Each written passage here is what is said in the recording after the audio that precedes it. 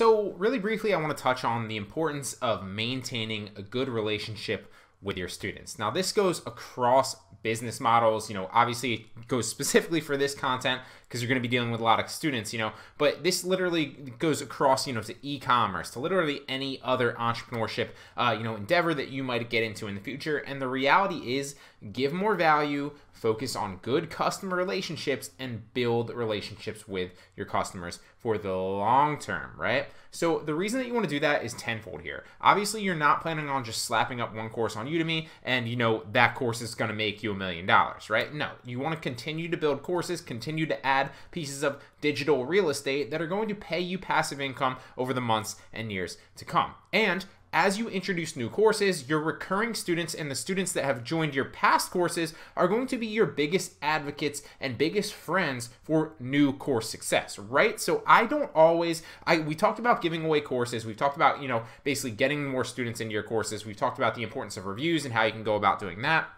But even with all those methods, even, basically going out and giving away courses and establishing, reviews for those courses, still the number one overall way that I get new reviews and new watch time and support for my courses so that they can rank on the platform when I launch a new one is from past customers that I've gone out of my way to build relationships with. So what does that actually mean? What do you have to do to actually build relationships with your customers so that you can basically rely on them and then they can rely on you, right? It's a symbiotic relationship. It's back and forth. Well, first and foremost, you want to focus on the long term. So you're not trying to slap up a course and kind of trying to game anybody, just to get a course up so that you can basically, make money, right? You're supposed to create a good piece of content. Now, when we move on further into this actual module, we'll talk about, not having to create, a 3-hour course that's, all sorts of in-depth right away, right? You're going to put something up, you're going to learn from it, you're going to adjust, get feedback from your customers, improve it going forward. It doesn't all have to be done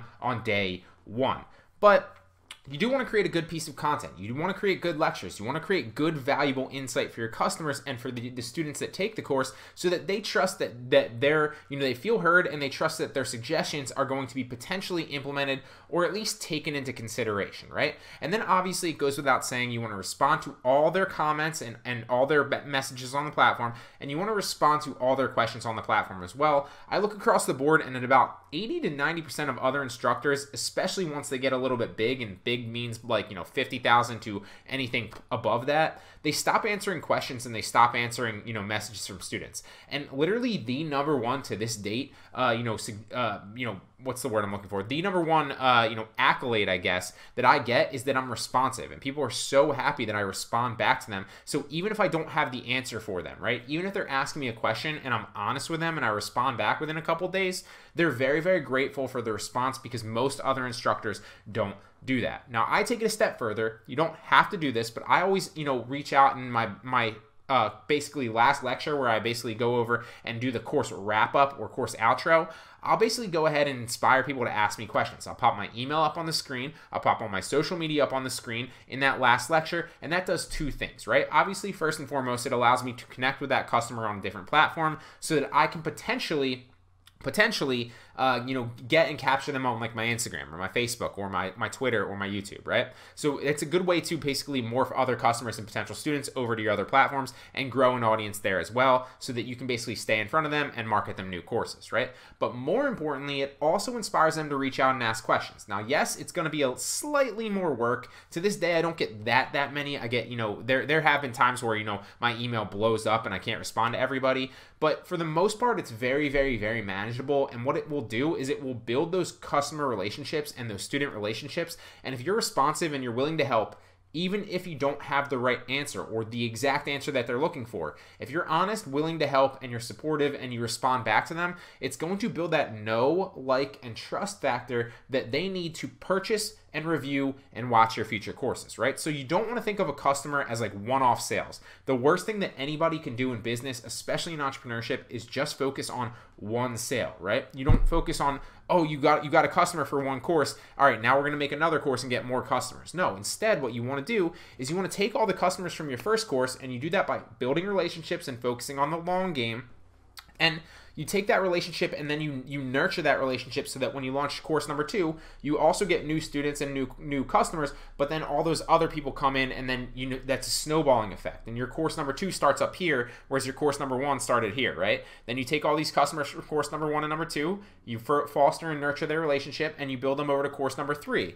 And then you get new students in course number 3, right? And then you take all those people, and then it's like a snowball. So course number 3 might start up here now with all this other support and all these other reviews and all this other watch time from people that are more inclined and interested in your content and you as an instructor, rather than when course number 1 was like all the way down here and course number 2 is right here, right? So focus. The whole point of this message is a lot of people, 99.9% of people are going to focus on the short-term aspects of whether it's content creation on YouTube, on Skillshare or Udemy, or if it's like the next hot topic in entrepreneurship, right? But I want to read you really fast something from, I was basically going through and reading The Thank You Economy by Gary Vee and Amazon Letters to Shareholders, and it's been something that has played an instrumental part in my viewpoint of entrepreneurship and business in the past month or two, honestly, and I've been rereading both of those over and over and over again and ingratiating myself with their mindset, right? So I will make sure to actually link those in this actual lecture. I'll link an affiliate link to The Thank You Economy in this lecture, and I will also link the Amazon Letters to Shareholders directly below this as well, and you can go ahead and grab both of those. The Thank You Economy is super cheap. I think it's like $10, and I don't really make that much affiliate commission. And the Amazon Letters to Shareholders, I've gone through and accumulated them all for free for you, so you can just read through them. Let me read you something that Jeff Bezos says in one of his Amazon Letters to Shareholders that is so true. So I really briefly want to read you two things. So this is a theme that you'll see across the shareholder letters. They're customer obsessed and they're focused on the long term. So proactively delighting customers earns trust, which earns more business from those customers, even in new business arenas. Take a long-term view, and the interest of customers and shareholders will align. So basically all he's saying is they proactively go out of their way to refund customers. They proactively go out of their way to, basically please the customer. And I'm basically pitching you the same thing here with, customer service and going out of your way to work harder to message and respond back to customers, right, and students. And by doing that, you will proactively basically increase their satisfaction with you, and they're going to be more inclined to buy, purchase, and review from you in the future, right? It's common sense. Let me read you one more sentence. I've gone through and highlighted so many of these, but I will make sure to actually upload these to the Facebook page or Facebook group too, so you guys can check them out if you want to look more into them. So seek instant gratification or the elusive promise of it, and chances are you'll find a crowd there ahead of you. A long-term orientation interacts well with customer obsession. So let me recap really fast. If you seek instant gratification or the elusive promise of it, chances are you'll find a crowd there ahead of you waiting for it already.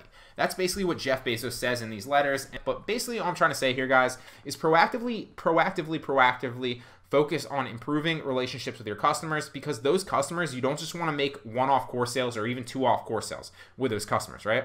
You want to foster and build relationships for the long haul so that those people stick with you or your personal brand or your company forever, not just for one course sale, right? So really take this into consideration. This is literally one of the biggest realizations that I've had in online entrepreneurship and business.